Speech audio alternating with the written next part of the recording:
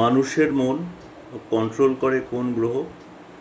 সবাই বলবেন চন্দ্র।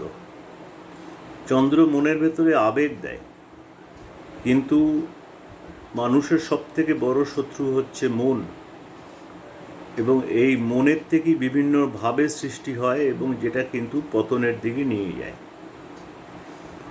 তো এই মানুষের মনকে বিভিন্ন প্রলোভন দেখিয়ে পতনের পথে নিয়ে যায় যে গ্রহ দুটি, সেই গ্রহ দুটি হচ্ছে রাহুদেব এবং শনিদেব। রাহুদেব দেয় ইলিউশন।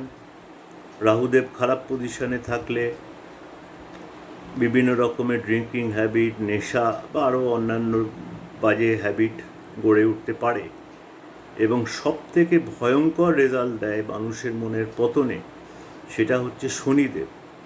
যদি কারুর জন্মকুণ্ডলিতে শনিদেব খারাপ পজিশনে থাকে, এমনকি যদি বর্ষফলেও শনিদেব খারাপ পজিশনে আসে সেই বছরের জন্য, তাহলে বিভিন্ন রকমের খারাপ বন্ধুবান্ধব আসে।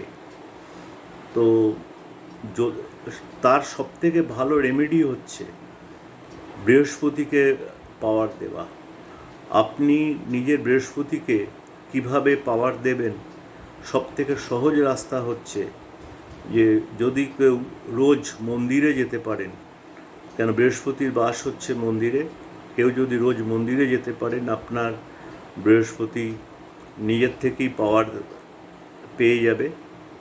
এছাড়া যে কোনো একটি মন্ত্র রেগুলার 108 বার জপ করলেও কিন্তু বৃহস্পতি পাওয়ার পেয়ে যাবে।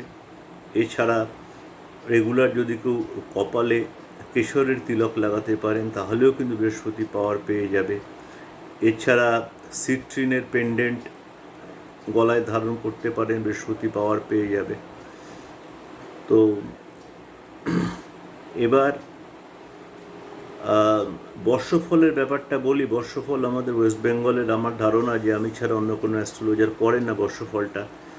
যদি কেউ বর্ষফলের ব্যাপারে আগ্রহী থাকেন, আমার সঙ্গে 9831305513 এই নাম্বারে যোগাযোগ করতে পারেন। নমস্কার।